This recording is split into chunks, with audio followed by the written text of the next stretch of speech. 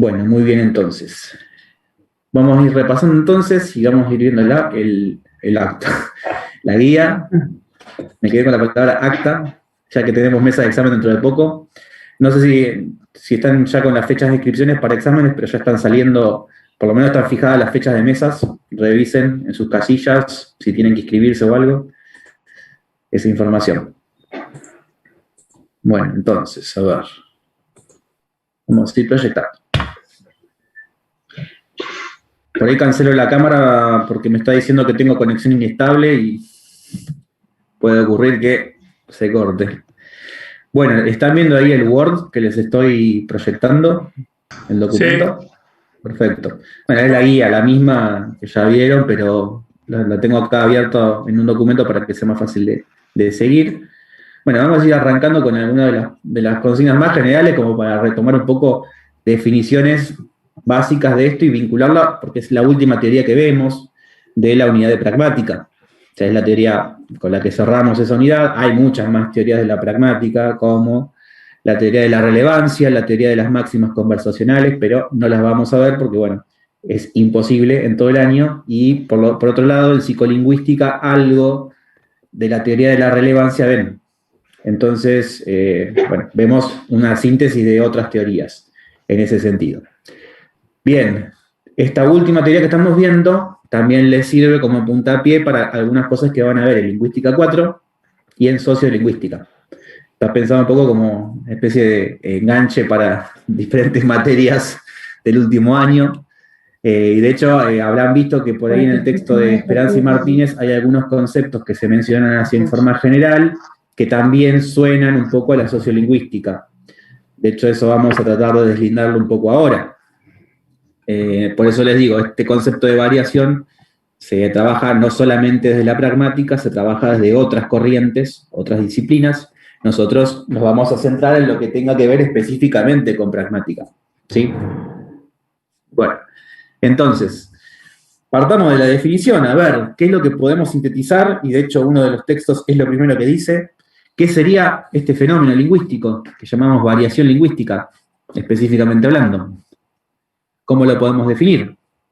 Si es que marcaron alguna cosa o se armaron ustedes una definición, retomemos eso. Esta posibilidad de alternar entre al menos dos formas lingüísticas con un mismo referente. Bien, varias cosas entonces ahí. Al menos tiene que haber dos formas lingüísticas posibles en un determinado contexto, vamos a decir. Tengo que poder optar entre dos alternativas. Bien, palabra clave, alternativa, alternar, opciones, ¿sí? Y se dan tres formas lingüísticas. Ahora, variación lingüística puede haber, ¿se acuerdan cuando vimos eso de los niveles de análisis lingüístico que retomamos al principio de año? Bueno, la variación se puede dar a nivel de la sintaxis, se puede dar a nivel de la morfología.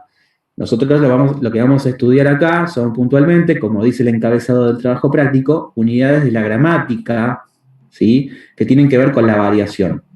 Unidades que tienen que ver entonces con la morfología y con la sintaxis. No nos vamos a meter en esta unidad, por ejemplo, con variaciones de tipo léxico, como pueden ser los sinónimos. Eso lo vamos a ver en la unidad que sigue. Así que de momento nos vamos a meter para retomar cosas de gramática que ustedes han ido transitando y juntarlas con este concepto y ver cómo en esas opciones se están utilizando diferentes estrategias. Y ahí está el gran vínculo, como habrán visto, con el tema de pragmática. ¿Por qué esto es una teoría de la pragmática? Porque justamente esas opciones, esas alternativas, esas formas en alternancia son diferentes posibilidades de realizar estrategias comunicativas. Ese es el gran vínculo que podemos establecer. Entonces, otra cosa importante, no es que alterna cualquier cosa en cualquier situación. La variación la vamos a encontrar en algunas situaciones bastante definidas, que de hecho en uno de los cuadros vamos a trabajar eso, los ejemplos puntuales, y la vamos a encontrar y tener que ceñirla a formas específicas. No es este párrafo varía con este otro, no. A ver, esta forma, esta preposición, o este tiempo verbal, o esta unidad de la gramática, acá está variando o alternando con otra cosa. Va por ahí. De hecho, bueno, el texto de Esperanza y de Martínez arranca un poco así, diciendo, les cito, dice, cuando un mismo hablante puede alternar formas lingüísticas distintas para crear un mensaje equivalente, nos hallamos en presencia del fenómeno llamado variación. Fíjense, término clave acá, y cuidado con esto. Mensaje equivalente. Los que hayan leído todo el texto se habrán dado cuenta que a qué se refiere con esto de mensaje equivalente. No se refiere a que signifiquen lo mismo, que es lo que habitualmente diríamos, sino que se refiere a algo que recién dijo Silvina, mensajes que tengan un referente en común, ¿sí? Estén hablando de quizá una misma situación, un mismo personaje, una misma acción, pero no van a decir lo mismo esas dos formas que están alternando, van a decir cosas, digamos, diferentes. ¿Recuerdan cuando estuvimos viendo el ejemplo, la clase anterior o la anterior de los textos de tipo instructivo? Que veíamos, por ejemplo, lo que pasaba con los verbos y las diferentes opciones que había. Ahí. Bueno, ahí estamos viendo un caso de variación, que no era entre dos formas, era entre 5 o 6, por lo menos. Ahí los verbos de los textos instructivos podían estar en infinitivo, modo imperativo, presente con primera persona del plural. Bueno, todo ese ramillete de opciones, cada uno tenía una significación diferente. Si yo ponía el imperativo, tenía más el valor de una orden. Si ponía el nosotros inclusivo, era una orden más atenuada, una sugerencia. Bueno, como ven, la acción es la misma, cortar los puerros, decía ese fragmento que vimos, pero cada opción gramatical le da un perfil diferente, un matiz distinto. Y ahí está justamente el fenómeno de la variación. La otra cosa que dice acá este fragmento es, la variación cubre los diferentes niveles del lenguaje, fonológico, morfológico, sintáctico, léxico. Repito, nos quedamos con morfológico y sintáctico para este trabajo.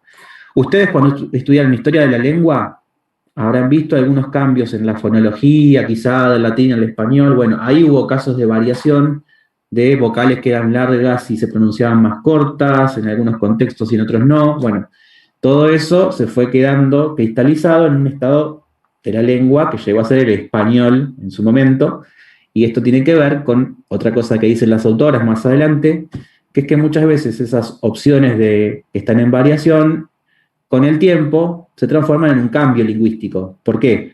Porque de todas las opciones que hay, algunas se pierde y se impone una, ¿sí? Y las otras, bueno, quedaron atrás y se perdieron y formaron un cambio lingüístico. De hecho, adelanto algo. ¿Vieron el texto de Alanís, que analiza el español del siglo XIX? Bueno, una de las formas verbales que ella analiza de futuro, prácticamente ya no la usamos. Quedó en desuso, justamente. Ahora después lo veremos, a ese ejemplo puntualmente. Esto para vincularlo con la historia de la lengua. Siempre hubo variación, siempre hubo dialectos, siempre hubo variedades, y a partir de eso vienen las lenguas diferentes. A ver, piénsenlo. Seguramente les suena que en historia de la lengua vieron lo que era el famoso latín vulgar.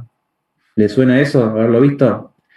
¿Qué era? Era una variedad, ¿sí?, hablada del latín. De toda la inestabilidad de formas diferentes que había ahí, se fueron dando algunas, otros se perdieron, y eso fue desembocando en la famosa lengua romance y después en el español, y así, así, así. Bueno, todo ese cuentito. La cuestión es, vamos a volver entonces a el caso que estamos estudiando.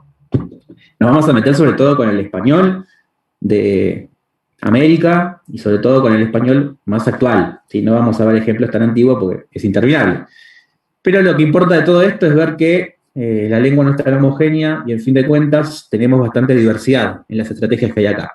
Algunas de las formas en variación que se ponen en los textos, los ejemplos que vieron, los que estaban en el video, seguramente las percibieron. Algunas dirán, bueno, esto me suena a algo que dice alguien que conozco yo, pero que proviene de tal lugar o de tal región, o algo que se decía antes. Bueno, tiene mucho que ver con eso, con toda la diversidad lingüística.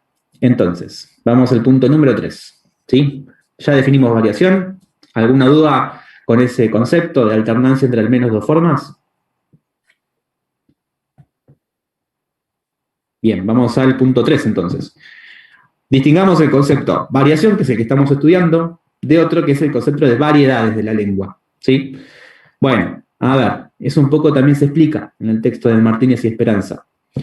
La variación es esta alternancia. Ahora, ¿qué son las variedades de la lengua, las variedades lingüísticas? Tema que por ahí en otra materia han mencionado y que si no van a ver en sociolingüística el año que viene. ¿Qué serían las variedades de una lengua? ¿Algunos saben?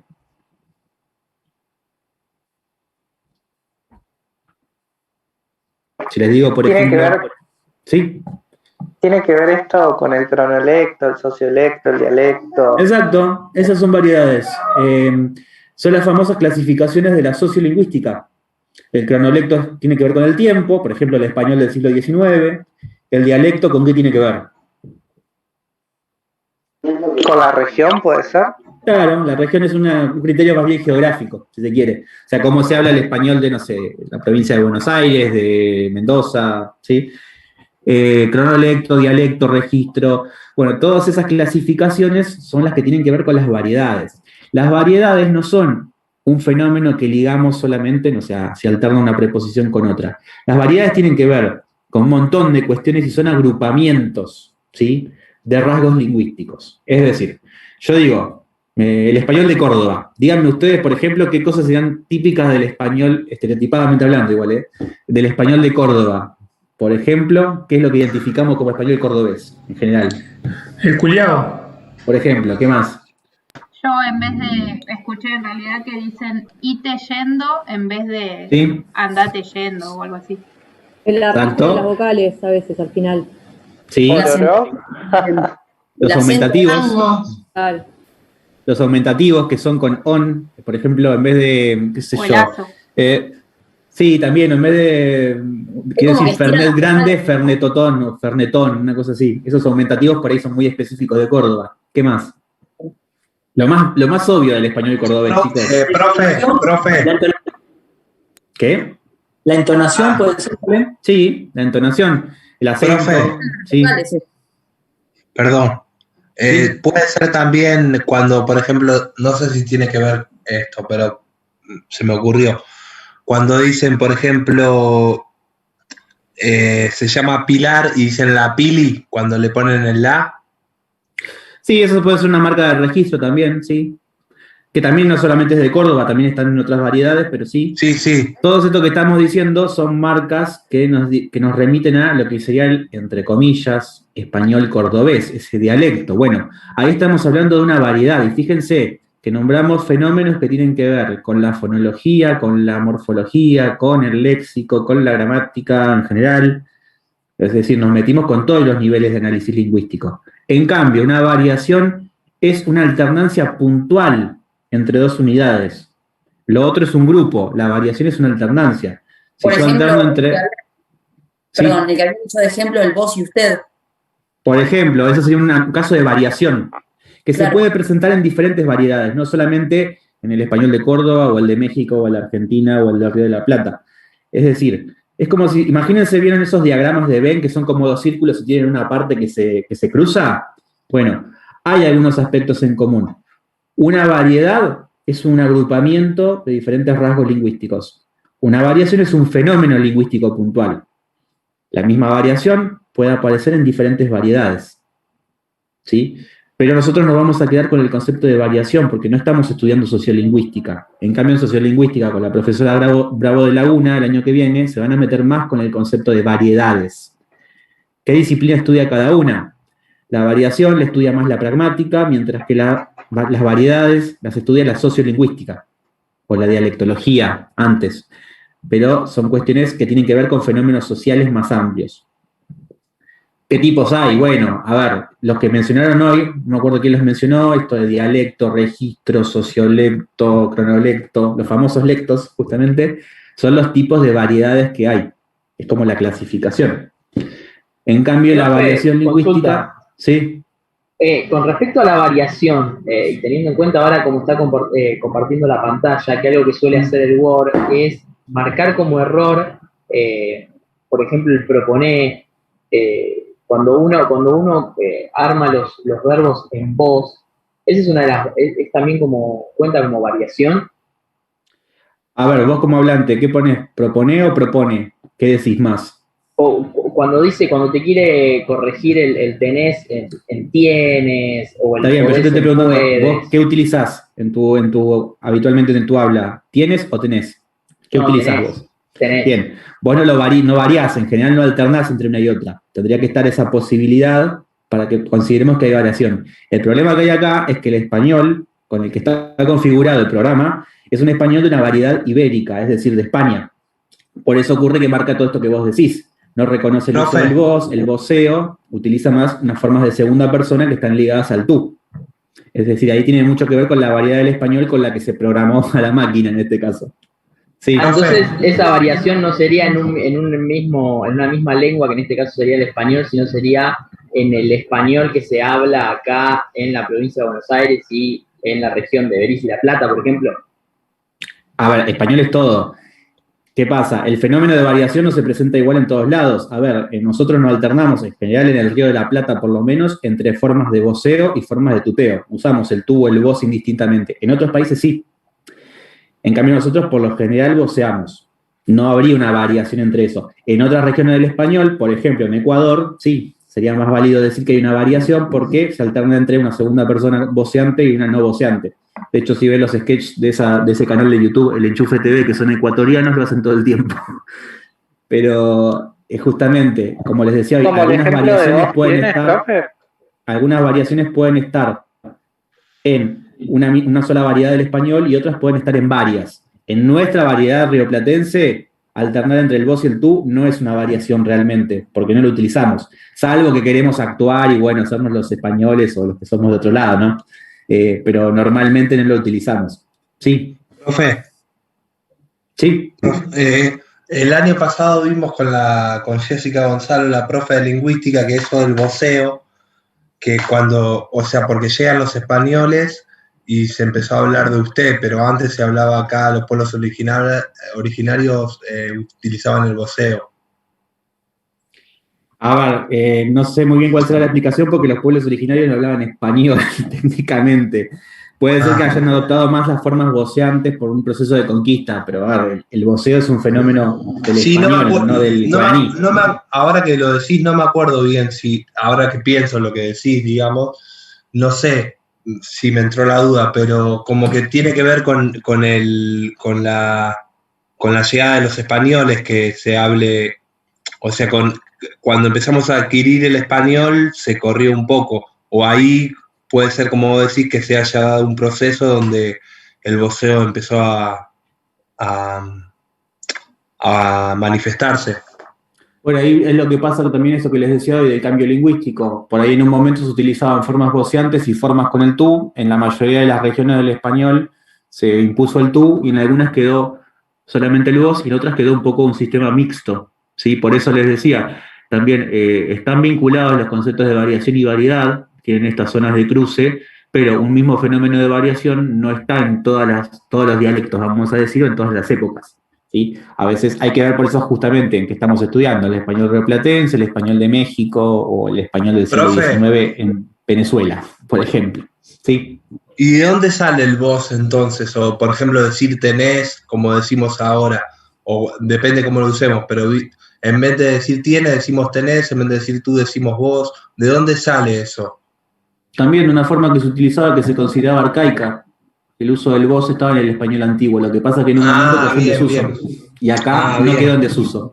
Es como decir, básicamente nos quedamos con el modelo viejo y fue productivo y quedó en el español rioplatense. En otras regiones no. Salvo, como les digo, en algunos países que son voceantes en algunas situaciones muy puntuales, no en todas. Caso de Ecuador, Guatemala, El Salvador y otros más que pueden ver, porque justamente tendremos a creer que Argentina es el único país voceante y no es así. Exactamente, aunque funciona de otra forma el voceo. Sí. Un ejemplo que usted daba de esto que es el de vos tienes, puede ser, que en un país dicen así. Sí, que el voceo solamente está a nivel del pronombre y no de la terminación verbal. Sí, es un sistema mixto ahí. Eso ocurre sobre todo en Ecuador y Perú, me parece. Por eso, cuando hablamos de voceo, puede ser un voceo a nivel del pronombre o voceo también a nivel de la terminación verbal o mixto. ¿Sí? Si ustedes buscan la categoría voceo, por ejemplo, no sé, la página de la Real Academia Española, les explica que hay justamente diferentes sistemas en los cuales se utiliza el voceo, porque se combinan diferente el pronombre y el verbo, no siempre es igual. Por eso no suena tan extraño, ¿no? Vos tienes, no suena muy, muy llamativo. Entonces, dijimos recién, habíamos hablado de los tipos, como dijeron, dialecto, cronolecto, sociolecto, son los tipos de variedades, los tipos de variación, bueno, morfológica, sintáctica, fonológica, léxica. Ahora, la cuestión es las causas. Bueno, ¿por qué hay variedades? Básicamente porque si hay hablantes de una lengua, esa lengua se va a ir diversificando, por eso va a haber variedades. ¿Por qué hay fenómenos de variación? Y en parte por eso también, y en parte, la explicación que da la pragmática, por necesidades comunicativas. Como por ejemplo la que estábamos mencionando hoy, volviendo a la clase anterior, con regular, digamos, cómo es el nivel de imposición o menor imposición sobre el otro, en el caso de un acto de habla directivo. Entonces surgen diferentes opciones lingüísticas para comunicar esa acción con diferentes matices. Ahí hay una necesidad comunicativa, preservar la imagen, como habíamos visto en la clase pasada, eso posibilita que haya diferentes alternativas. Y ahí están alternando, por lo tanto, ahí hablamos de variación. Entonces, una cuestión que está acá dando vuelta y que Martínez y Esperanza comentan, es que, bueno, no todas las formas que están en variación tienen el mismo nivel de prestigio. Ahí hay un aporte de la sociolingüística que es importante. Básicamente hay variaciones que están percibidas como, bueno, normales, otras que son percibidas como más o menos, y unas que son percibidas como incorrectas o estigmatizadas. ¿Recuerdan esa clasificación que hacían las autoras? Ellas las clasificaban en 3 grupos, ¿se acuerdan? Sí, normativa, no normativa y estigmatizante. Exactamente. Ahí se los muestro, a ver si lo encuentro. Básicamente lo que decían era, bueno, incluso dentro de la lengua que consideramos estándar, incluso en algunos pocos casos, gramáticas como la de la Real Academia Española reconocen algunos fenómenos de variación. Por ejemplo, el tú y el vos, en algunas regiones, lo reconocen como una serie de alternativas o de variaciones que están consideradas normativas. Se consideran, vamos a decir, correctas, prestigiosas, en determinadas comunidades de habla, en determinados momentos. ¿Qué pasa? También hay otras variaciones, como dice acá, no normativas, que están en un terreno intermedio. Si vamos a una descripción de la gramática de la Real Academia Española, no van a estar descriptas como variaciones correctas, si se quiere, pero los hablantes no tenemos conflicto, no percibimos conflicto con esas formas puntualmente. Distinto es el caso de las variaciones que consideramos estigmatizadas, porque las pensamos como incorrectas o errores o problemáticas, ¿sí? Y por eso, justamente, estigmatizado quiere decir que carecen de prestigio social. Ahí podemos ver un montón de ejemplos de eso, ¿sí? Yo, viendo el video, sí. La asocié con... Porque yo tengo una amiga que, por ejemplo, me dice, estoy de mi hermana. Y sí, cuando me pone muy de acá de La Plata. Cuando me pone así, yo no sé muy bien cómo reaccionar, porque, o sea, si me preguntás a mí, yo no lo pondría, porque se me hace que está mal, pero bueno. Bueno, ahí está, justamente ese tipo de percepciones son las que tienen que ver con esto. Esa variación que está ahí es entre voy a lo de mi hermana y voy de mi hermana, que se está omitiendo el a, lo, la preposición y el artículo. Entonces, ahí tenemos una alternancia entre esas dos formas, ¿sí? Una sería considerada la correcta o la forma prestigiosa y la otra sería considerada la forma estigmatizada o menos prestigiosa dentro de esa variación. ¿Cuál es el significado que tiene esa variación?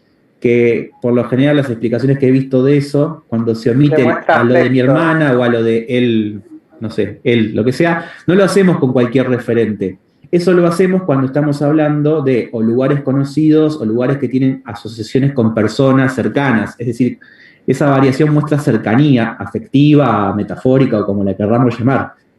No decimos voy de la escuela. En general decimos voy a lo de, no sé, mi hermano o lo de alguien que conozco. De mi primo. Sí, yo siempre que escuché fue porque nombraban que iban a la casa de un familiar. Bien, por eso, ahí la explicación es esa. Justamente, el significado que está en juego es mostrar, como estrategia comunicativa, que hay un mayor grado de afecto. Entonces, en ese caso, la variación donde se omite la preposición a y el artículo muestra una mayor cercanía afectiva, metafórica, figurada, como la quieras llamar, digamos. Esa es la explicación que yo he leído de ese fenómeno. Sí. Mi abuela decía mucho eso, y yo lo empecé a decir después también. Sí, se te pega. Decía, voy de mi hermana, Bueno, eso. otra que se les pega es seguramente el diagonal, la diagonal. Les subí al campus, les puse un artículo periodístico que discute eso justamente, que ahí tienen un fenómeno de variación que está ligado puntualmente al dialecto de acá de La Plata. Y también ahí. Otra que se me pegó fue la de, viste, cuando vas a comprar algo y en vez de decir cuánto sale, decís qué sale. Sí, también. Sí, eso lo he escuchado también a veces. Una pregunta. Sí. O sea, son variaciones estigmatizadas por una cuestión de prestigio, pero no podríamos decir que son agramaticales. Tal cual. Eso es lo que están separando las autoras. El prestigio no tiene que ver con la comunicabilidad, si se quiere. Todos esos fenómenos, a diferencia de un error, comunican algo. Y ahí está lo interesante. Ellos lo que están haciendo es separar lo que habitualmente se llama errores porque no tiene prestigio de lo que en realidad son errores. Cuando hay un problema de gramaticalidad, cuando no entendemos el mensaje, ahí habría un problema, ahí habría un error o una errata o como queramos llamarlo. En cambio, esto de, por ejemplo, decir, a ver si se me ocurre algún otro, pasa mucho con el dequeísmo, dijo de qué tal cosa, bueno, eso ha sido estudiado y tiene que ver con una estrategia de mostrar la veracidad de la información. Es muy largo de explicar, no nos vamos a meter con eso, pero se usa mucho en el discurso periodístico. Habitualmente se dice que el dequeísmo es un error. Bueno, sí, para una cuestión de corrección de estilo se puede ver así, pero cuando lo ves en términos de pragmática, hay dos estrategias. Decir, no sé, Axel Kicillof dijo que iban a arreglar las escuelas, y Axel Kicillof dijo de que iban a arreglar las escuelas, si lo analizás pragmáticamente, comunica dos cosas diferentes. Entonces te corres un poco de la idea del error. El caso del dequeísmo es larguísimo, yo mucho no lo manejo porque es una variación muy rara. Sí, en Bolivia se escucha mucho. Bueno, en el español andino también hay cosas muy puntuales. De hecho, y lo digo, algunos de los fenómenos que vamos a ver los van a ver en la escuela mucho, en escritos de sus estudiantes, y puntualmente por el proceso de migración, en las variedades andinas, es decir, las que tienen que ver con, sobre todo Perú, Bolivia, el norte de Argentina, aparece mucho la discordancia, que es la concordancia alterada entre sujeto y verbo. Bueno, yo esa mucho no la manejo, se la preguntan a Gabriela Bravo de Laguna el año que viene, porque ella es especialista en eso, pero ahí aparecen fenómenos de variación muy específicos, sobre todo en la escritura, y que es importante, fíjense, planteárselo en términos de corregimos eso, no lo corregimos, qué hacemos con esa lengua en clase, qué explicamos de esa lengua con esos fenómenos, justamente. Bien. Profe, disculpe, si yo digo, por ejemplo, dijo que se calentaba el agua en vez de que se calentaba la yerba, ahí ¿cómo sería? ¿Sería en vez que se calentaba la yerba o en vez de qué? A ver, repetime cómo era el ejemplo. Dijo que se calentaba el agua en vez de que se calentara la yerba. Sí. ¿Y el otro cuál sería? Dijo que se calentaba el agua en vez que se calentaba la yerba. No, pero ahí tenés un problema, porque justamente ahí sí es agramatical, porque ahí no tenés un fenómeno de variación, te estás comiendo el indicador de que hay un modificador directo. Ahí la preposición de tiene que ser sí o sí, porque si no, no estás marcando el modificador indirecto. Sí, me entró la duda, pero bien, claro. Bueno, fíjense por eso, ahí tenemos eso que les estaba diciendo, ese fenómeno de variación no siempre justamente lo podemos deslindar tan claramente de un error. Por eso les decía, el caso del dequeísmo es uno de los más complicados. En cambio, otros de los fenómenos, como la alternancia entre la preposición a y en, lo reconocemos mucho más fácilmente. De hecho, ahora vamos a ver ejemplos de eso. Fíjense este otro que es muy típico del español andino, y esto lo van a ver en la escuela hasta el hartazgo, ¿sí? Y no solamente en el español andino, es una variación que hoy en día la podemos ver en el rioplatense. Fíjense acá que dice, el episodio por el cual fue apresado se inició cuando el ahora acusado abordó un taxi, fíjense, en las inmediaciones del estadio de River y le pidió al chofer que lo llevara hasta el Rosedal. Fíjense la siguiente, que tiene una estructura muy parecida y muestra una alternancia. Dice, le pidió que se convoque a quien presenciaron el juicio. Bueno, fíjense, llevara y convoque. Las dos estructuras son muy parecidas porque tenemos el verbo pedir, ¿sí? Y una subordinada, ¿sí? Le pidió que tal cosa. Bueno, ahora, ¿en qué tiempo verbal y modo está llevara y en qué tiempo verbal y modo está les estaba diciendo, mientras se van volviendo a sumar, fíjense que ahí dice, pidió al chofer que lo llevara, ¿cuál sería la forma alternativa? En vez de llevara, podría ser también que lo lleve hasta el Rosedal. Lo hemos escuchado seguramente. Bueno, ahí tenemos un caso de variación. ¿Pero qué está variando? ¿También podría ser, profe? ¿El modo, profe? El modo en ambos casos está en subjuntivo. Llevara, llevase o lleve, están todos en subjuntivo. Pero son claro, diferentes tiempos lleve, verbales. Si van a, por ejemplo, el cuadrito ese de verbos que yo les puse en la primera clase o cualquier otro paradigma verbal, van a ver que llevara está en subjuntivo y el tiempo verbal es pretérito imperfecto. O sea, un pasado, un tiempo del pasado. En cambio, le pidió que lo lleve, también está en subjuntivo, pero lleve está en presente. La variación ahí se daría entre dos tiempos verbales del subjuntivo. Eso sería la cuestión morfológica, ¿sí? Varía el tiempo. Ahora, ustedes como hablantes y incluso sin saber de sintaxis, no importa nada de eso, ¿qué entendería como diferencia entre decir le pidió que lo llevara y le pidió que lo lleve? ¿Cuál sería la diferencia que perciben ahí? A ver.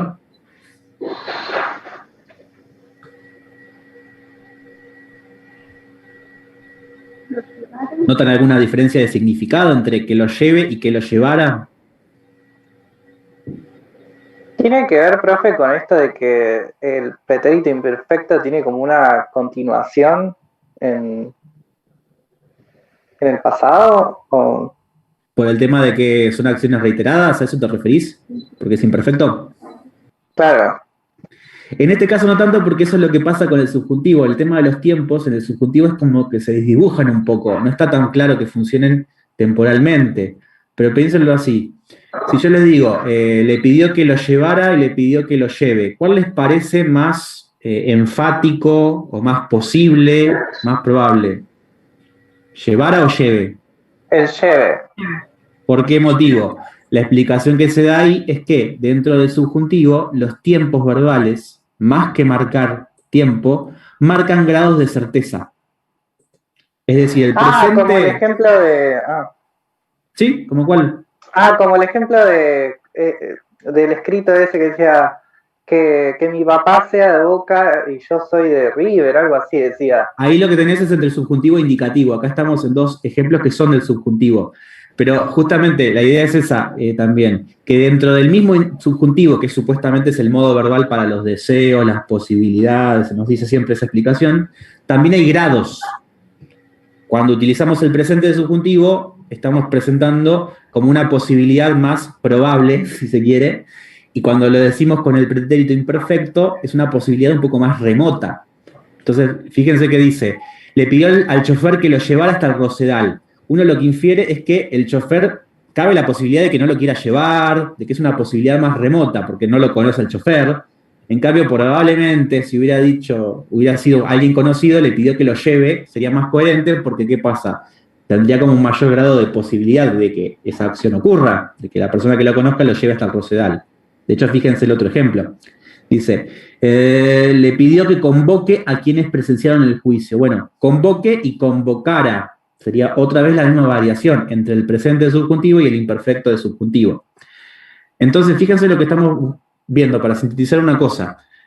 Una cosa es reconocer qué formas gramaticales están en variación, si es presente, pasado, de subjuntivo, o preposiciones o verbos, o lo que sea. Y otra cosa es el significado que le podemos encontrar a esas variaciones. Es decir, una es reconocer la forma y otra cosa es reconocer el significado. Son las cosas que tenemos que hacer justamente. Además de identificar qué unidades están en variación, tenemos que identificar qué significan. ¿Por qué? Dijimos que la variación constituye estrategias comunicativas, ¿no? Para que haya estrategia comunicativa tiene que haber significados puestos en juego, no solamente pensar en que hay formas. Entonces, ahí admito alguien más que se sumó. Profe, Sí. lo molesto, desde que se cortó hasta recién no estaba pudiendo entrar, así que me perdí la resolución del ejemplo y lo que estaba diciendo recién. Lo de llevar y lleve. Exacto.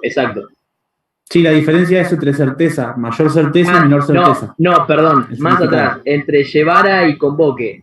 Justo en el corte del Zoom. Sí, es el ejemplo que estamos comentando. Llevar y lleve o convoque y convocara, ambos están variando entre presente de subjuntivo y pretérito imperfecto de subjuntivo. La variación es la misma. La diferencia es el presente tiene un grado de probabilidad mayor, el imperfecto es una posibilidad más remota, ¿sí? Eso lo van a ver, de hecho, en los ejemplos que tienen para analizar después, dentro de la guía, van a ver textos de los chicos de secundaria, donde van a ver que hacen esto. Cuando están planteando algo que se puede deducir como una posibilidad más remota, se utiliza el imperfecto. De hecho, ahí hay una estrategia comunicativa, es un matiz, es muy sutil, básicamente la diferencia de significado. Bien, entonces, vamos a sistematizar algunos ejemplos en los cuadros. Ya hablamos del prestigio. Vamos a hablar, por ejemplo, el caso que Silvana Lanís, que habla sobre el español de otra época, pero con cosas que todavía podemos reconocer, sistematiza. Silvana Lanís también estudia desde la pragmática determinadas formas lingüísticas en variación. Básicamente, ¿con qué tiempos verbales se mete ella? Porque se mete con una parte de los tiempos verbales. ¿Cuál es? ¿Lo recuerdan? Futuro. Se mete con los futuros. Miren que si nosotros vemos la tabla de los verbos, siempre decimos hay un solo futuro en español. El famoso futuro que termina en re. Iré, llegaré. Bueno, pues no. Hay más formas de futuro. Justamente eso es lo que Silvana Lanís está diciendo. En un momento determinado del español empiezan a haber otras alternativas para hablar del futuro. ¿Y cuáles son esas alternativas? Bueno, son las que ella investiga y, como habrán visto también, vincula mucho con estos conceptos que vimos de los actos de habla y otros saberes que estuvimos conversando. Vamos un poco al artículo de ella para rescatar las cosas que ella sistematiza y después vemos el cuadro. Fíjense que ya el título nos dice algunas cosas. Cartas familiares del siglo XIX, San Juan, Argentina. ¿Qué nos está anticipando? Que va a estudiar el español del siglo XIX en Argentina, nos metió en una variedad específica. ¿Y qué serían las cartas familiares? Un género discursivo puntual donde va a estudiar estos fenómenos, ¿sí? Y puntualmente la variación que va a estudiar es la que ustedes dijeron. Una variación que se da con el futuro. Ahora, vamos a ver algunos ejemplos. Justamente, estar hablando de cartas que serían como un poco más de la esfera de lo íntimo, ¿no? El género epistolar, así como están diciendo en el chat. Ahora, fíjense que la autora dice, vamos a estudiar el futuro sintético, futuro con re, que es el que aparece en los paradigmas verbales. Esta forma, haber de, ¿sí? Cuando, por ejemplo, un hablante dice, he de ir a la casa de tal persona, que fíjense, lo percibimos ya como algo muy antiguo, ¿verdad? Como algo muy formal o alejado de nuestra habla cotidiana, ¿verdad? Y en cambio, la otra forma que aparece en el siglo XIX es esta, ir a más infinitivo. Voy a lo de mi hermano, por ejemplo. Estas tres formas están en variación para hablar del futuro, o de hechos que se proyectan a futuro en el habla. De todas estas tres, ¿cuáles utilizamos más actualmente, según les parece, en el español de Argentina? Y sobre todo del Río de la Plata. ¿Cuál de estas tres posibilidades les parece la más usada? La tercera. Voy a. Exacto. No es que no utilizamos la primera, la que está en el medio, casi yo le diría que la leemos y la usamos básicamente, pero si se ponen a fijarse, por ejemplo, en el español de otras regiones, se utiliza por ahí más la primera forma, el futuro con re. De hecho, si se ponen a ver hasta estas cosas artificiales como el famoso doblaje al neutro latino de los dibujitos y las películas, por lo general utilizan más esta forma de futuro. Bueno, más allá que el español neutro es un invento, sabemos que no en todos los lugares se utiliza el voy a del mismo modo que la Argentina. ¿Por qué ocurre eso? Y bueno, tendrá que ver un poquito con algunas explicaciones que da el autor acá. Silvana Lanís estudia cartas, como ya dijimos, y en un momento se mete con esto que ya le sonará familiar, actos compromisivos. Bueno, a ver cómo interpretamos esto, porque más allá de que no me interesa que ustedes aprendan las tablas, porque no es la idea, ¿cómo podemos interpretar alguno de estos datos? Ella está estudiando diferentes fragmentos de cartas y dice, bueno, a ver, ¿con qué tiene que ver que aparezca más? ¿El futuro con ir a o el futuro en re? ¿Tiene que ver con el tipo de acto de habla? ¿Tiene que ver con el género carta? ¿Tiene que ver con otra cosa? está separando explicaciones. Fíjense lo que ocurre acá. Cuando vemos fragmentos que tienen actos de habla compromisivos, es decir, donde el hablante asume un compromiso, ¿qué es lo que más aparece? El futuro con ir a más infinitivo. Voy a hacer tal cosa, voy a comprar tal cosa, ¿sí? Y aparece en mucha menor medida el futuro en re. Compraré, iré, llegaré. Ahora, cuando estamos hablando de actos de habla que no son compromisivos, es decir, que son otra cosa, ¿sí? Actos asertivos, directivos, lo que sea, aparece más el futuro en re. Entonces, fíjense qué diferencia que hay. Es bastante grande la diferencia. Profe, Sí, por ejemplo, cuando no se usa coloquialmente, pero por ejemplo, cuando dice, bueno, venite, te invito a mi cumpleaños, te lo digo por celular o por celular, ponerle te invito a mi cumpleaños al día, a tal hora, ahí estaré, le contesta el otro. bueno, ¿por qué? ¿Cuál es la diferencia entre ahí voy a estar? ¿Qué diferencia perciben? Que uno suena que va a pasar antes y el otro después. Que uno O suena sea, que va a como pasar que antes. siento, o sea, si a mí me ponen iré, lo siento como algo más lejano. Y si me ponen voy a ir, es como, no sé, voy a ir ahora. ¿Por qué? Tiene que ver eso justamente con que uno tiene una posibilidad mayor de ocurrir, el otro es más como, si se quiere, como una posibilidad media difusa, ¿verdad? Eso es justamente lo que se están...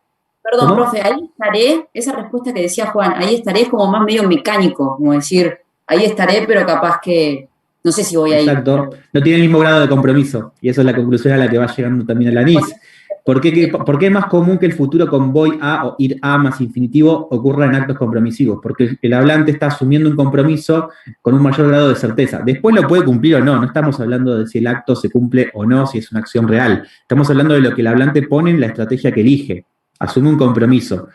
El voy a tiene una mayor carga de compromiso.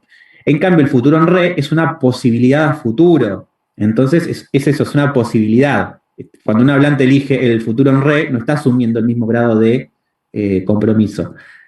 Digo, piensen en lo siguiente, si agarran un horóscopo, por lo general, si está en futuro, ¿cuál de estas dos formas les parece que va a ser la que esté en la mayoría de los verbos de ese horóscopo? ¿El futuro con ir a o el futuro con re? No, con re. Y porque Llega. justamente es una posibilidad, o sea, tiene menor grado de compromiso y certeza. Bueno, incluso fíjense como si vamos a otros géneros discursivos, el horóscopo, el reporte meteorológico, la profecía, pueden agarrar profecías de diferentes textos literarios y ver esto mismo para trabajarlo en clase. Las profecías en general dicen nacerá, llegará, nacerá el elegido y qué sé yo cuánto. Bueno, fíjense, porque es eso, es una posibilidad a futuro, en cambio el otro es un compromiso. Ahí Profe, empezamos a ver. Sí. Quería decirle, no tanto en el horóscopo por ahí o en una poesía, por ahí es distinto, pero en las formas de hablar cotidiana, muchas veces no es para mí como que no es una estrategia, no surge la subjetividad de uno, sino como se usa, esa persona lo copia o lo va asimilando y como que lo copia, ¿viste? Dice, ahí estaré porque una vez le dijeron, entonces lo dice. Me parece a mí. Sí, pero fíjate que muchas veces también nosotros, tanto cuando escribimos como cuando hablamos, utilizamos las dos formas. En Argentina esto sí varía. Lo que pasa es que es cierto, tendemos a utilizar más el ir a en Argentina, eso es cierto. Podremos decir quizá que tiene que ver con que nosotros somos una cultura donde privilegiamos la asunción de compromiso, la manifestación de compromiso propio o ajeno, quizá. Esa podría ser una conclusión. Pero sí es cierto que también lo utilizamos. A veces también lo utilizamos en la escritura por una cuestión de que nos parece que queda más formal, ¿no? Como una cuestión de estilo, si se quiere. Claro. Como que decimos, no, bueno, no usamos el voy a porque queda medio como coloquial, ¿no? Sí, yo estaba pensando que en realidad por ahí se me hace que, ahora que lo estoy pensando, por ahí sí, la próxima vez que escriba lo pienso porque lo estamos estudiando, pero generalmente la gente que no estudia literatura o que no le interesa el lenguaje, o le interesa pero no estudia algo que tenga que ver con el lenguaje, no sé si lo hace por un compromiso o algo, como que se van adaptando de esas formas y me parece que se van copiando, eso es lo que quiero decir. Sí, pero recordar que estamos hablando de intenciones comunicativas. Cuando hablamos de eso en la pragmática en general, no decimos que la intención sea siempre consciente, ¿sí? La intención es lo que inferimos del mensaje. Entonces, Puede ser que justamente un hablante no tenga conciencia de esto, pero si nos ponemos a indagar encontremos esto, que hay una diferencia en cuando utiliza el re para marcar cosas que no tienen grado de compromiso y la expresión con ir a cuando trata de asumir un grado mayor de certeza, de compromiso, de no sé, como queramos llamarlo. No necesariamente quiere decir que sea consciente el uso de estas variaciones. De hecho, las utilizamos sin pensarlas muchas veces. Sí. La estrategia comunicativa es lo que estamos infiriendo cuando vemos estos mensajes también. Pero justamente estamos infiriendo a partir del mensaje hecho, no del pensamiento de las personas. Recuerden siempre esa metáfora que yo les digo. No somos la película Intensamente, así que muchas de las cosas que estamos diciendo son inferencias. Por lo mismo que no hablábamos, ¿se acuerdan de la condición de sinceridad? Como que la tenemos clara, bueno, la damos por sentado porque no nos queda otra, justamente. Entonces, ¿a qué conclusión llega Silvana Lanís? Hay como una diferencia entre las tres formas, que tiene que ver con estos significados que ahora vamos a sistematizar en el cuadro, pero mucho de lo que ustedes dijeron también va en relación con los significados que ella encuentra. Esto en el siglo XIX. Llegado al español actual, podemos decir, hay una de esas formas que están en variación, que se perdió, y quedaron las otras dos, una más en uso que la otra, ¿sí? Esa es una de las conclusiones que podemos llegar con este trabajo. Fíjense que cuando habla de la expresión haber de más infinitivo, por lo general tiene como una idea de mandato detrás. Es más típico de los actos directivos. He de hacer tal cosa, he de liberar a los, no sé, presos, qué sé yo. Tiene una cosa más, si se quiere, de mandato que de compromiso, mandato asumido, no un compromiso que uno asume plenamente. Fíjense que ahí volvemos a los actos de habla y eso nos explica un poco cómo en este siglo XIX se utilizaban las tres formas. Hoy en día eso ha caído un poco en desuso por cosas que explica la autora, no nos vamos a detener mucho, pero nos interesa con qué formas nos quedamos. Y lo digo para una cuestión de pensar incluso a nivel de enseñanza, esto, tenemos que trabajar los tiempos verbales, bueno, pensemos un poquito más allá del paradigma verbal, el cuadro que está ahí, porque ese futuro en re no se condice con todo lo que utilizamos todo el tiempo para hablar del futuro. Hay otra forma lingüística que no está en ese cuadro, pero que tendríamos que ingresar si vamos a hablar de los tiempos verbales del futuro. Porque bueno, la idea es justamente trabajar la gramática, pero para hablar un poco de la lengua real, no de la lengua del cuadro, que es muy linda, pero no sé hasta qué punto es tan real.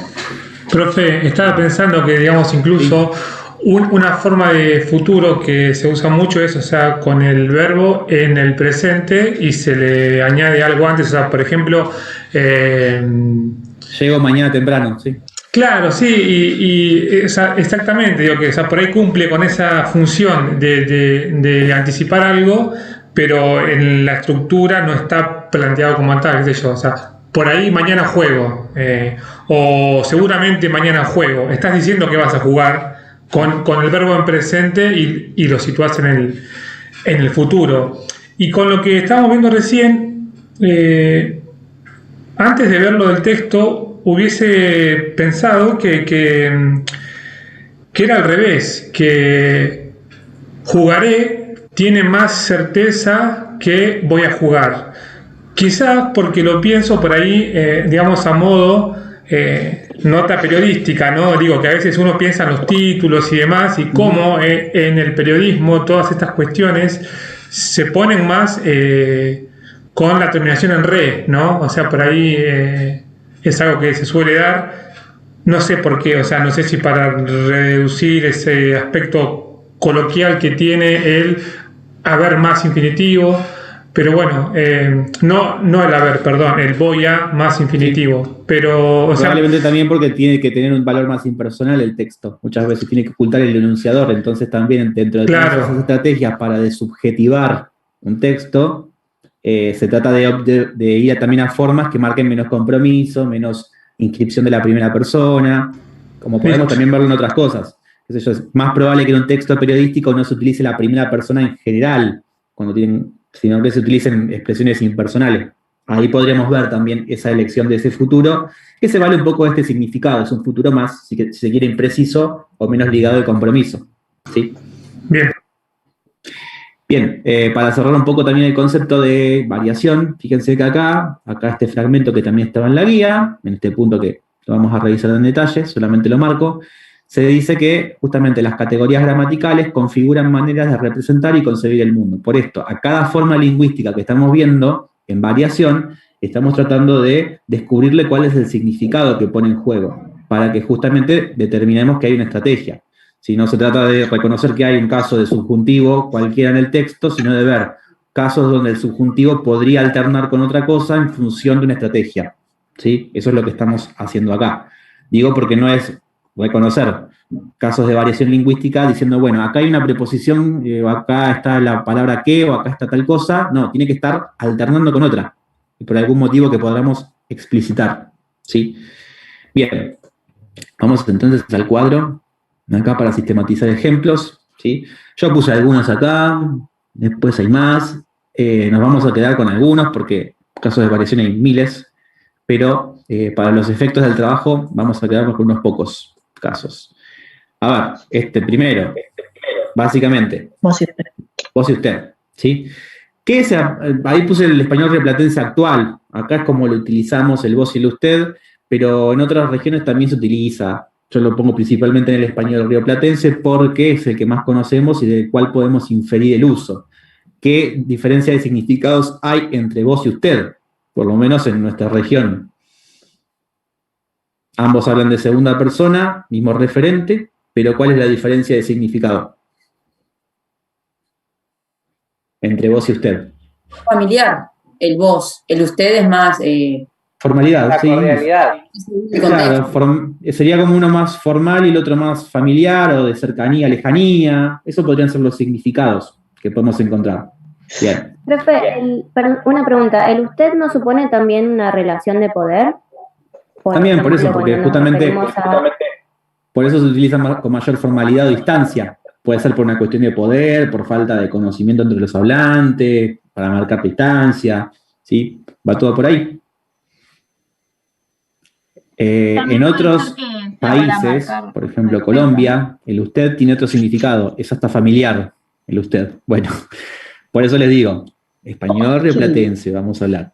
Ahora, si quieren, fíjense en otros casos, pero el usted, en otros, sobre todo en la zona del Caribe o de Centroamérica, tiene a veces otros significados. Bueno, el que recién dijimos, de Silvana Danís, formas de futuro, en variación. Futuro en re, ed, y el ir a más infinitivo. ¿Qué categorías gramaticales tenemos acá? Tenemos tiempos verbales o perífrasis verbales, porque bueno, ed y voy a no son un verbo solo, es una perífrasis, es decir, la unión de un verbo con otra clase de palabra, frecuentemente preposiciones. Esto seguramente en Lingüística 1 lo vieron como perífrasis verbal o frase verbal o sintagma verbal compuesto, bueno, no sé con qué denominación. Más que nada. Sí, bueno, eso, hay 15.000 denominaciones para lo mismo. La cuestión es que las categorías gramaticales acá que están en juego son los tiempos verbales y la perífrasis verbal.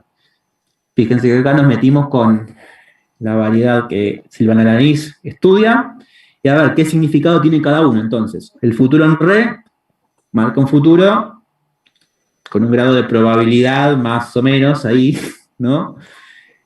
El otro extremo, la perífrasis con ir a, marca mayor compromiso, es decir, un compromiso futuro.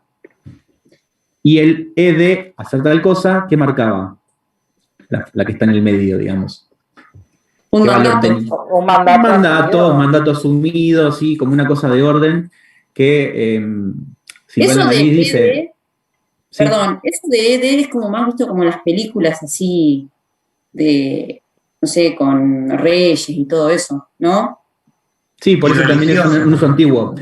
Pero justamente el significado que tiene que ver mucho, y de hecho Silvana Danís lo dice, la caída del uso de esta forma tiene que ver también con la caída de una visión cultural, o una cosmovisión, de el asumir un mandato, una orden, ¿sí? Justamente con todo ese proceso cultural donde como que nos sacamos de encima la idea de, bueno, hay muchos mandatos por encima de nosotros, se va perdiendo sentido esta forma y va cayendo en desuso, ¿sí? Frente a las otras dos, para hablar del futuro. Y es religioso también, ¿o no, profe? Y ahora ha quedado circunscrito, como algunos otros casos, a ciertos discursos muy puntuales, por ahí, por la formalidad que ha quedado el discurso religioso, como por ejemplo el pretérito anterior del español, el hubo hecho tal cosa, ¿sí? Eso quedó muy circunscrito a la esfera judicial. no lo utilizamos casi fuera de una ley, una sentencia, es un tiempo verbal que quedó casi inutilizado hoy en día. Sin embargo, si van al cuadro de verbos, al paradigma verbal, está ahí. O sea, hasta se enseña en la escuela a veces, pero no lo utilizamos. ¿Qué pasa con esto? La variación entre a y en. ¿Qué tipo de palabras son? ¿A qué categoría pertenecen? Preposiciones. Preposiciones, muy bien. Ahora, ¿qué es lo que varía? Acá dice español ibérico, debería ser español actual, no ibérico. Me aburro. ¿Qué varía? ¿Qué indica cuando utilizamos la preposición a y la preposición en? Primero, recuerden cuál es la explicación que dan en la bibliografía que vimos. La preposición a y la preposición en no alternan en cualquier caso. Por lo general es cuando hay verbos que indican movimiento, desplazamiento, alguna actividad. ¿Se acuerdan algún ejemplo de todos los que vieron donde aparezca esta variación? Hay un Tiralo ejemplo. en la basura, tiralo a la basura. Eso también. ¿Qué más? Había Hay un algunos ejemplo más. de un relato de terror que no sé si lo vi en el video, que era en la noche siguiente en vez de poner a la noche siguiente. Sí, también. Básicamente va por el mismo lado. Por lo general es cuando hay algún tipo de movimiento o verbo de movimiento. Por ejemplo, fíjense acá. Les muestro alguno. Por ejemplo, acá, fíjense, el yacaré ofendido intentó correr al mono, es parte de una leyenda esto, y dice, se largó en el agua, donde uno lo que más habitualmente diría es, se largó al agua. El verbo de movimiento, largar, es un poco lo que influye en que se utilice en este caso. Ahora, ¿por qué varía en y por qué varía con a? ¿Qué marcaba a? ¿Cuál es el significado de esa preposición? Trayecto, ¿no, profe? Exacto, trayecto, dirección, sí, exactamente. Mientras que en marca un lugar ya fijo, delimitado, una meta, un punto de llegada. Por eso obtenemos como dos sentidos diferentes cuando decimos se entró al auto o entró en el auto. Uno enfatiza el trayecto que se hizo hacia el auto y otro enfatiza el punto de llegada, entró en el auto, ¿sí? La diferencia de significado es entonces entre trayecto y meta, o bueno, trayecto y lugar fijo, como quieran expresarlo, pero lo importante es ver eso. Marcan dos matices, tampoco es que encontramos un significado completamente distinto, encontramos matices de significación. Bien, subjuntivo versus indicativo. Profe, perdón. Sí. Esto que vos decís que es un matiz, ¿no? Como muy fino. Puede que tanto en el diálogo como en la lectura a veces uno como que no repara, digamos, en eso, como que, o sea, se le proyecta una imagen de una persona entrando al auto y no, o sea, y no hay una recuperación, digamos, de la sutileza entre el trayecto y la meta. Realmente es lo que decíamos hoy, son cosas que hacemos casi inconscientemente, porque son significados que tenemos almacenados, básicamente, y lo utilizamos como estrategias con intenciones que, como decíamos hoy, las inferimos del mensaje, pero no podemos decir que el hablante haya conscientemente elegido una o la otra. Eligió lo que en ese momento, de ese microsegundo, le pareció la apuesta más clara para comunicar algo. Lo que ocurre es que a la distancia y analizando ejemplos escritos o ya registrados, podemos hacer estas inferencias nosotros, que hay un matiz muy sutil, que se está enfatizando una cosa o la otra. De hecho, el otro ejemplo, el de subjuntivo e indicativo, hoy lo mencionaron. Que sea de Boca y soy de River. Bueno, fíjense, ahí tienen el mismo verbo, en realidad que uno diría, bueno, ¿por qué no pone que sea que es de Boca y soy de River? En ese caso estarían los dos en presente de indicativo. Ahora acá, en ese ejemplo, el tiempo es el mismo, presente, pero cambió el modo. Sea y soy. ¿Cuál es la diferencia básica? Seguramente lo vieron en gramática 1, entre indicativo y subjuntivo. Que el subjuntivo es como una expresión de deseo. Y el indicativo está indicando una acción real, que va, acción o otra cosa. Más que real diríamos como que es un hecho, porque ¿qué pasa? Uno puede mentir también, ¿no? Obviamente. Pero claro, me refería lo importante a eso, es eso. Cuando hablamos, cualquier tiempo verbal del indicativo tiene como un valor de hecho que se da justamente por concreto, cierto, aseverado, ¿sí? Mientras que todo lo que está en la esfera del subjuntivo tiene el valor de una posibilidad, deseo, algo si se quiere irreal, entre comillas, en el sentido de que no funciona tan bien como el indicativo, como un hecho. Fíjense la oposición en ese texto, que es un texto donde alguien hablaba de que son de equipos de fútbol diferentes. Que él sea de Boca es una posibilidad remota, aunque ya sé que es cierto, lo meto en la posibilidad, y yo soy de River. Fíjense la diferencia, digamos, enfática. Uno es un hecho y el otro, bueno, sé que existe, pero lo pongo como una posibilidad porque, bueno, hay un tema de pica ahí, básicamente. Bueno, esta oposición subjuntivo-indicativo aparece hasta la sopa, más o menos cuando escribimos, porque pasa un montón. Ahora, hay más incluso, y esta tiene que ver con las consecuciones verbales, o consecutio temporum, o como lo vieron también, la coordinación entre los verbos. Bueno, con el nombre que lo hayan visto, es lo mismo. Ahora, variación entre pretérito perfecto simple, pretérito perfecto compuesto. ¿Qué está variando acá? Simple y compuesto. El tiempo verbal. Claro, exactamente, está variando el tiempo verbal. Eso sería como la categoría que hay acá. ¿Sí? ¿Vieron ejemplos de esto? En alguno de los textos que tenían para leer, de la bibliografía. ¿Algún ejemplo que se analizara esto? Bueno, Lo vemos típicamente en la narración, todo el tiempo. Esto es una variación Profe, normativa porque tiene- está considerado adecuada. Les doy un ejemplo. Llegó y había llegado. Son los dos ejemplos. ¿Cuál es cuando la él diferencia? llegó, yo me había ido, por ejemplo, ¿no? Claro, ¿qué está marcando ahí? Que un hecho fue anterior al otro. Es como que el pretérito perfecto compuesto es el pasado del pasado. Sí, tiene que ver con eso también, justamente una cuestión temporal. Ahora, también eso ocurre con mucha más frecuencia, sobre todo en otras variedades del español. Bueno, lo van a ver sobre todo en las variedades andinas, que ocurre, por ejemplo, que una cosa que nosotros normalmente diríamos en pretérito perfecto simple, porque creemos que está concluida, en hablantes de las variedades andinas se presentan en pretérito perfecto compuesto. Por ejemplo, no sé, digo, Caperucita llegó a la casa de la abuelita, le preguntó por los ojos tan grandes que tiene, qué sé yo, y el lobo se la ha comido, Caperucita. Uno diría, el lobo se la comió, porque terminó el cuento ahí, básicamente, es una acción concluida. Sin embargo, es muy común que muchos hablantes del español andino digan, la ha comido, la ha devorado, como sea, utilizando el pretérito perfecto compuesto. ¿Por qué, diría uno? Porque justamente uno tiene el valor de lo concluido, el perfecto simple, y el otro el valor de lo que tiene una tensión con el presente. Ese, me ha pasado tal cosa, me pasó algo que tiene alguna consecuencia o una secuela que todavía se ve. Bueno, esa explotación de esos significados, en algunas variedades del español, y acá voy a lo de dialéctico y cronolecto, como la variedad andina, ocurre en cosas que a nosotros nos parecen extrañas. ¿Pero por qué? Para resaltar que hay algo que se diferencia del resto. Cuando yo digo ese ejemplo de Caperucita llegó a la casa, le preguntó a la abuela tal cosa, la abuela era el lobo la atacó y el lobo se la ha devorado, esa es la última acción a la que se le pone una diferencia y se la deja como en suspenso. Ese final queda como abierto, si yo lo digo, la ha devorado. En cambio, si digo la devoró, el cuento terminó, colorín colorado, el cuento se ha terminado. Justamente, bueno.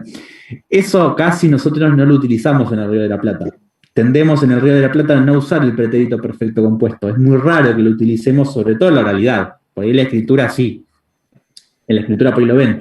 Pero, qué sé yo, decir, ¿me he roto el brazo o me rompí el brazo? ¿Qué es lo que suelen decir si a uno le pasa esa desgracia? Me rompí el brazo. Es como que lo dejamos atrás. En cambio, en otras variedades del español, bueno, queda, se utiliza, me he roto el brazo porque es un hecho relevante que tiene consecuencias actuales. Bien, eso es un caso de algo que está ligado a una variedad muy específica. Ahora, y lo van a ver en sociolingüística el año que viene, se los anticipo. Bien, este otro, que es el más raro de todos, que nunca lo pensamos, pero que lo hacemos todo el tiempo. Anteposición o posposición del adjetivo. No ocurre con todos los adjetivos esto. Eso seguramente lo vieron en Lingüística 1. Hay algunos adjetivos que pueden ponerse adelante o detrás, vamos a decir, del sustantivo. En un sintagma nominal. Por ejemplo, no sé yo, uno no puede decir el libro alemán y el alemán libro. Ahí no funciona. Ahora, hay otros adjetivos donde sí, eso ocurre. Por ejemplo, adjetivos que describen características, qué sé yo. Es muy típico también en algunos discursos, por ejemplo, no sé, qué sé yo, la gran pelea, la pelea grande. Célebre. Tristemente célebre. Tristemente célebre. Bueno, ahí está también, te he puesto otro adjetivo encima. Pero, ¿por qué pasa eso o qué significado tiene? Lo que está variando a nivel gramatical es la posición del adjetivo. Acá tenemos una variación sintáctica, porque fíjense que no varía nada de la morfología. El adjetivo es el mismo. Si yo digo el célebre poeta o el poeta célebre, no hay ninguna modificación en la morfología. Esa es la posición, o sea, en la sintaxis. Ahora, fíjense, cambiando de lugar una pieza en el mensaje, obtenemos significados sutilmente diferentes. Pongo otro ejemplo. Y Padres buenos y buenos padres. ¿Cómo? Padres buenos y buenos padres. Puede ser. Bueno, también el ejemplo de pobre hombre, hombre pobre, que siempre se pone. Pero eso también lo pueden ver incluso muy ligado a la literatura y a algunos discursos públicos también, porque esa anteposición tiene un valor en cómo caracteriza al sustantivo del cual se está hablando. ¿Qué pasa? Si yo digo la triste noticia y la noticia triste, ¿sí? Por ejemplo. ¿Cuál escuchan más, por ejemplo, en una noticia en general, en el ámbito periodístico, cuando ocurre una tragedia? ¿Una noticia triste o una triste noticia? Una triste noticia en un ámbito periodístico. Bueno, ¿por qué pasa eso? El adjetivo antepuesto tiene un valor, si se quiere, absoluto, vamos a decir. Se enfatiza es más más en contundente. ¿Cómo? Se enfatiza como más en el adjetivo cuando está anterior. Claro, porque le da mayor contundencia, mayor impacto, tiene un valor de caracterización absoluta. Yo digo, la noticia no puede ser otra cosa que triste. Por eso digo, la triste noticia es la noticia que solamente es triste, no tiene ninguna otra interpretación. En cambio, si yo digo la triste noticia, cuando lo pongo luego, la caracterización es más relativa, o más matizada, si se quiere. Yo puedo decir la noticia más o menos triste, pero no puedo decir la más o menos triste noticia. Queda raro, ¿verdad? Por eso mismo no se puede graduar cuando está delante el adjetivo. ¿Por qué no se puede graduar? Porque justamente es absoluto, es un valor total. En cambio, cuando está después, nos empezamos a dar cuenta de que es un matiz posible de ese sustantivo que se está hablando. Por eso al ámbito periodístico o a algunos otros tipos de discurso le sirve mucho anteponer el adjetivo. Le da como la sensación de que tiene mayor contundencia o mayor énfasis lo que se está comentando. Sí. Por ejemplo, recién cuando dijiste, si digo hombre pobre, sí. Por ahí, o sea, tiene que ver con el ejemplo anterior que me quedé pensando. Si digo hombre pobre, me estoy refiriendo a un hombre que por ahí no le va bien económicamente, y si digo pobre hombre, digo que le pasó algo. O sea, ahí cambia. Sí, lo pensamos como una desgracia que es más general, ¿viste? Como que no sabemos si ceñirla específicamente a lo económico o a, qué sé yo, pobre hombre por desgraciado en general. En cambio, lo segundo, además, como una desgracia económica, ¿sí? Si se quiere. Bueno, justamente pasa eso también. Inferimos eso, y se ha hecho como un ejemplo muy habitual, porque la anteposición le da esta cosa de rotundo o absoluto. Lo pueden ver, ¿saben dónde mucho? Y esto es típico de la literatura, en la poesía modernista, digo, Rubén Darío, Martí, sobre todo Rubén Darío, que hace eso todo el tiempo, pone los adjetivos adelante porque, claro, está caracterizando cosas que son idealistas. La belleza de la mujer, el cisne, el lago, el no sé cuánto, que le encantaba hablar de los cisnes y los lagos, no sé por qué, pero dice, el blanco cisne, la nevada cumbre, qué sé yo, la bella mujer, los dorados cabellos. Todo así, bueno, hasta un poco nos parece un poco paródico o estereotipado, ¿verdad? Porque es como tan rotundo y tan idealizado todo porque pone el adjetivo adelante. Bueno, en otros discursos fuera de la literatura también funciona casi a modo sensacionalista, si se quiere, como decíamos hoy. Esta otra, que es la más extraña, pero porque acá hay una variación, no solo entre tres cosas, sino que una de ellas es una cosa que no existe, vamos a decir así. Cuando tenemos una variación, volvemos a entrar con el mismo enlace, si se corta, entre artículos. Es decir, habitualmente cuando ustedes estudian gramática 1, les dicen, hay artículos definidos y artículos indefinidos, ¿verdad? Ahora, sí. En los ejemplos que vemos, historias sensacionalistas, tristes, lacrimógenas, totales, así que le venía bien. ese calificativo. Fíjense entonces que recién hablábamos de la posición del adjetivo. Acá... Profe, ¿de qué programa hablaban? Llegué tarde. El meme ese de, vamos a ver, acompáñame a ver esta triste historia, ese meme viene de un programa mexicano. Sí. Hay un sticker también. Que es, sí, Mujer Caso de la Vida Real, algo así se llamaba, no me acuerdo. Lo vi Es tipo un divorciadas. No, es más como de casos diferentes, qué sé yo, de violencia, de género, de otras cosas, no sé. Yo vi un solo capítulo, qué sé yo. Esos son programas unitarios tipo La Rosa de Guadalupe, pero La Rosa de Guadalupe por lo menos es gracioso. Va, para mí gracioso.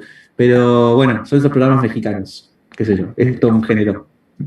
La telenovela mexicana y el unitario mexicano. Podríamos sacar un capítulo de La Rosa. La Rosa de Guadalupe, ¿no? Si sobrevivís a verlo completo, yo lo vi riéndome, porque si no, la verdad que no sé. Pero bueno, ahí el ejemplo era triste historia, de ahí venía. En cambio acá tenemos un ejemplo donde una de las formas que está en variación, como está representado con este signo, es una forma cero o una forma nula. Es decir, una forma que no tiene una palabra puntual, pero que la reconocemos cuando vemos ejemplos como este, que sé que estaba en el video, pero se puede pensar otros. Fíjense, artículo definido, la campera, indefinido, una campera, o campera, el sintagma sin un especificador o modificador directo. Ahora, ¿cuál es la variación que hay acá? Hay ejemplos en el texto de Martínez y Esperanza, pero vamos a ver esto para simplificarlo. ¿Cuál es la variación de acá? ¿Cuál es más específico de los tres para individualizar campera? Trae la campera. Bien, el artículo definido justamente es coherente con eso. Una campera es un significado intermedio, es una de entre varias, pero campera solo, sin el artículo, es decir, con la forma nula o forma cero, es el más genérico de todos, si se quiere. La diferencia acá es de grados, ¿sí? Lo que está variando es grados de definición, de lo más genérico a lo más específico, si se quiere. Esa es un poco la variación que hay acá, que es entre tres formas, vamos a decir. Esto lo utilizamos cotidianamente, la escritura también lo utilizamos, pero incluso no lo pensamos, porque de hecho pasa esto que les decía hoy, tendemos a pensar que los sintagmas tienen como modificador directo siempre un artículo o alguna otra palabra, pero a veces también el hecho de no tener una especificación nos está comunicando algo. ¿Cuál de los tres mensajes que está acá les parece que marca también más familiaridad con esa campera o ese objeto? Probablemente la campera. ¿Estás compartiendo pantalla? Porque a mí no me aparece nada. Ahora a mí tampoco me aparece. Ahora sí puedo comparto, pues está lento. ¿Cuál les parece que es el que marca mayor familiaridad con ese objeto? ¿Cuál lo da como conocido también? ¿La campera, una campera o campera? La campera. Exacto, por ahí estamos hablando de una que ya conocemos o que, si no la conocemos, es alguna que es específica. Ahora, llevate campera puede ser cualquiera, o sea, puede ser la mía, la otra, la que saqué de abajo de, no sé, del tacho de donde poner la ropa para lavar, qué sé yo. Bueno, podemos inferir cosas como esas también, incluso. La especificidad puede estar ligada habría que ver el resto del discurso, ¿no? De dónde viene, pero la especificidad podría estar ligada a cuestiones de familiaridad, proximidad, o como querramos llamarlo, ¿sí? Profe. Sí. Tiene que ver con que ya, por ejemplo, si yo digo, trajiste la campera porque ya la conocemos, la campera, y si yo digo, necesito una campera porque todavía no la conozco. Ahí está lo que ustedes vieron en Lingüística 2 como progresión temática. Puede estar muchas veces ligado a eso, a las progresiones temáticas de tipo de lo general a lo particular, por ejemplo, que es una forma de organizar el discurso. Sí, puede tener que ver con eso. Lo que ocurre es que justamente estamos infiriendo, a partir en este caso de un ejemplo muy acotado, pero si vemos en el hilo del discurso cómo se da, puede tener que ver con eso también, con el desarrollo de la información a lo largo del texto, del discurso. Bien. Bueno, entonces, presente de subjuntivo versus pretérito imperfecto de subjuntivo. Este lo comentamos hoy con ese de llevar a o lleve, o colocar a coloque. ¿Qué variaba ahí? Varían dos tiempos verbales del mismo modo. ¿Sí? Mismo modo subjuntivo, pero diferentes tiempos. Eso sería la columna de categoría gramatical. Ahora, ¿qué significados tiene? La forma que está en el presente del subjuntivo es una posibilidad más real, probable. La forma que está en pretérito imperfecto del subjuntivo es una posibilidad más remota, ¿sí? Es decir, uno está como más aseverado y el otro es más una posibilidad, no sé, como quieran enunciarlo, pero la idea es ver ese grado de distancia o diferencia que hay entre uno que está más con mayor certeza y el otro más, bueno, posible, como quieran decirlo. Esos son básicamente los grandes casos que podemos llegar a encontrar en escrituras, sobre todo en escrituras también de alumnos que ustedes tengan en la secundaria. Y bueno, son ejes para pensar el trabajo justamente. De hecho, el punto 11 va por ahí. Vamos a comentarlo lo más general porque es el punto que ustedes van a tener que resolver por escrito. Acá van a ver diferentes ejemplos. Esperen que voy a compartir el otro archivo porque acá, como pasa siempre en Word, que corres una coma, las imágenes vuelan como si fuera un tornado. Increíble que pasaron 20 años desde el primer Word y eso sigue siendo un problema todavía. Corres una imagen, se agregaron 22 páginas. Bien. ¿Qué pasa? Son textos diferentes, cada uno tiene aclarado, bueno, de dónde proviene, de qué consignas, son todos textos en general ficcionales, no son consignas por ahí de, qué sé yo, de desarrollar o analizar una oración. Son consignas más vinculadas a escritura de invención, algo que por ahí en didáctica van a ver. No sé si en didáctica lo ven este año o el año que viene. ¿Ustedes están haciendo didáctica 2 de la lengua y la literatura este año? Sí, su enseñanza con las TIC. Bien, puede ser que algo de esto vean, y si no, puede ser que lo vean en la didáctica 3, que es la de cuarto año. Bien, vamos a ver ahí algún ejemplo.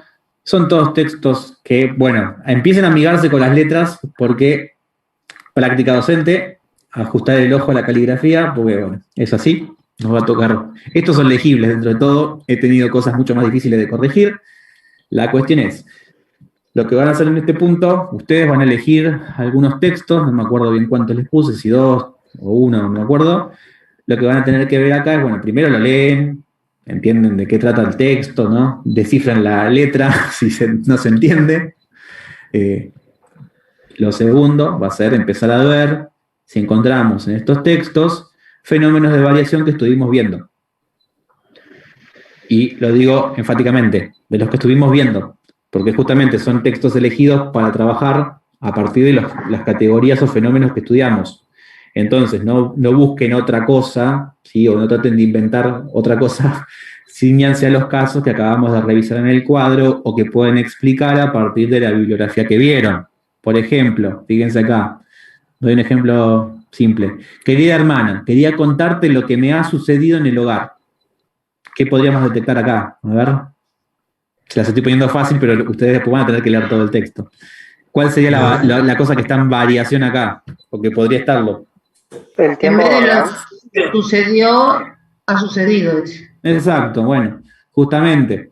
Acá podrían encontrar ese fenómeno y tratar de explicarse, a partir de lo que conversamos, bueno, por qué eligió poner ha sucedido en lugar de sucedió en ese texto. Tendrán que leer el texto entero también para entender un poquito más, porque esto viene a partir de un cuento que se llama La ventana abierta de Saki, que si nunca lo leyeron, les recomiendo, bueno, léanlo antes de leer esto porque les va a spoilear el cuento, básicamente.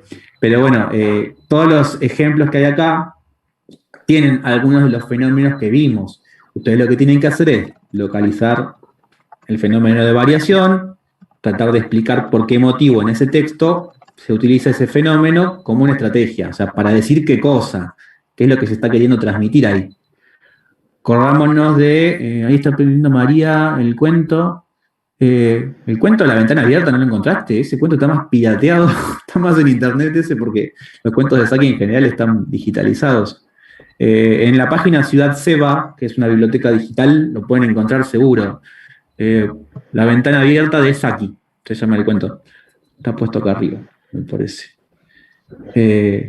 Yo siempre lo he encontrado digitalizado.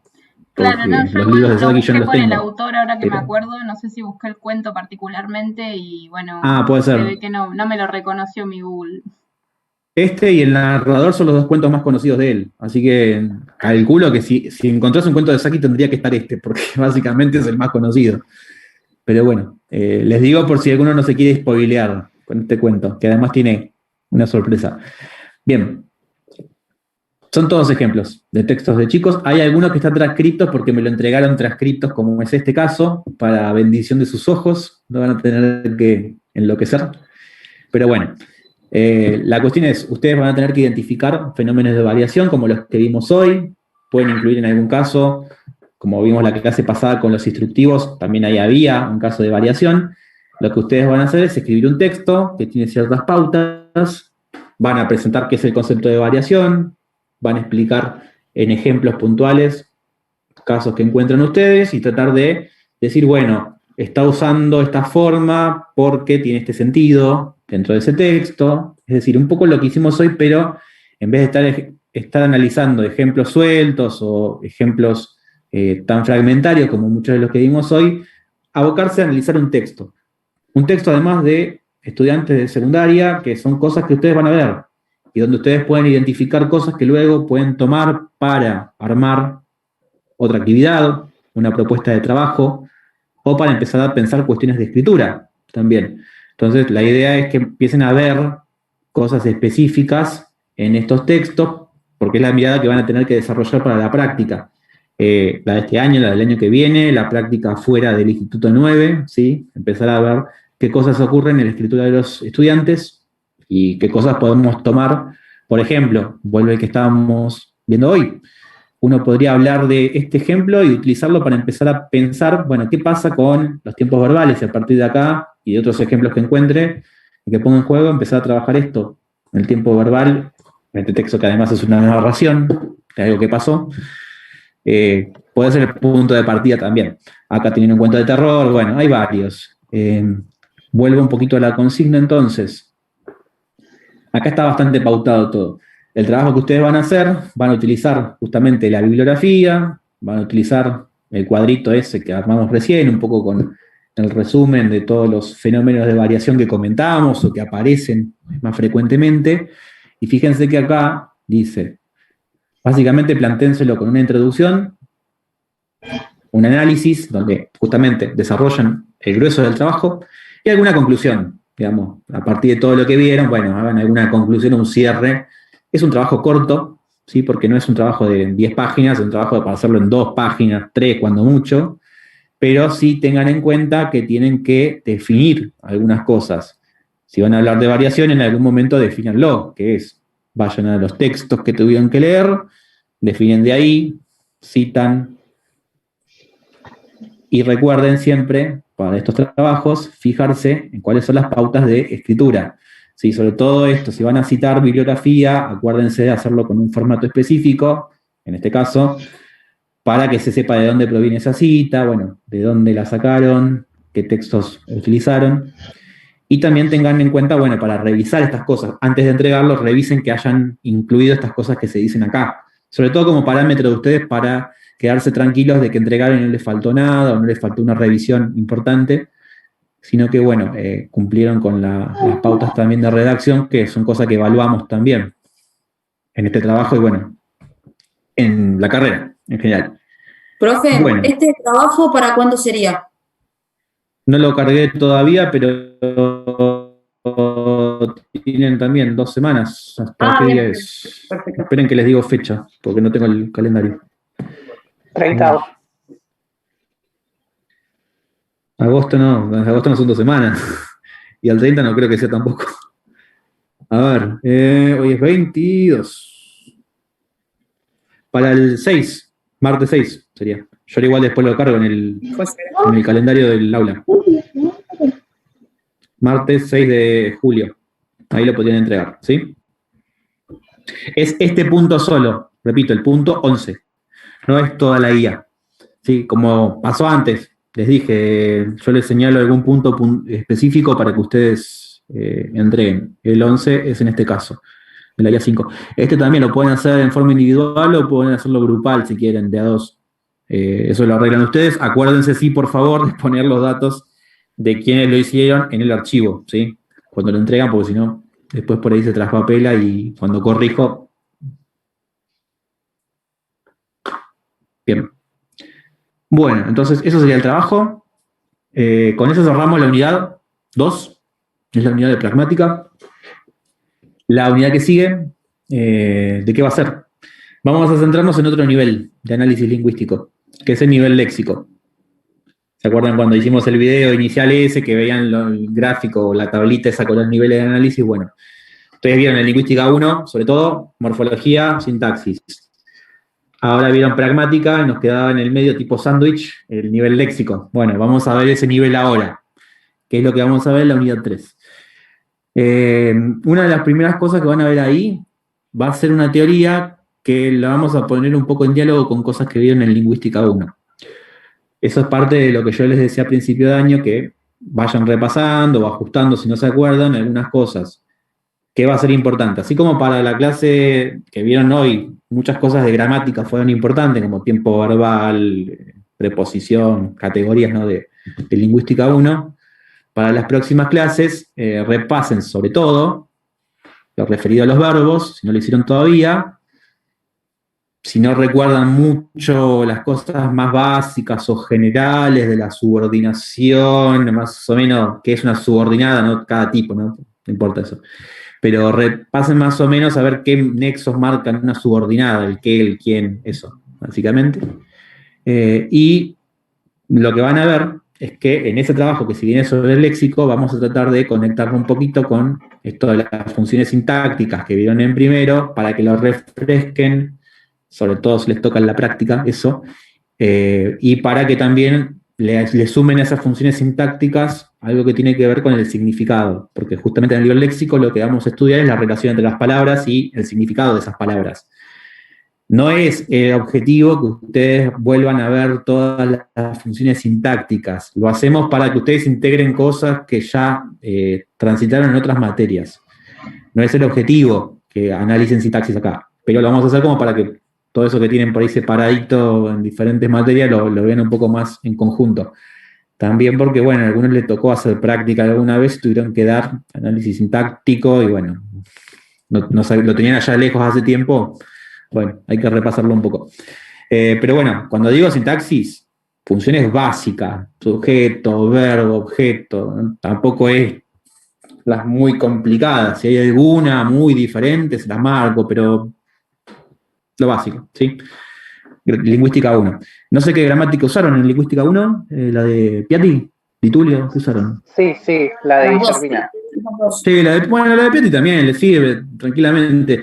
No me acuerdo bien lo de las funciones, si están en un apartado específico, en un capítulo específico, o está como desperdigado a lo largo de la gramática de Piatti, eso no me acuerdo. Pero cualquier libro así les puede servir para repasar, sobre todo para salir al pie si no se acuerdan, qué sé yo, cómo era el objeto directo, cómo se reconocía, ¿sí? Cualquiera les sirve, básicamente.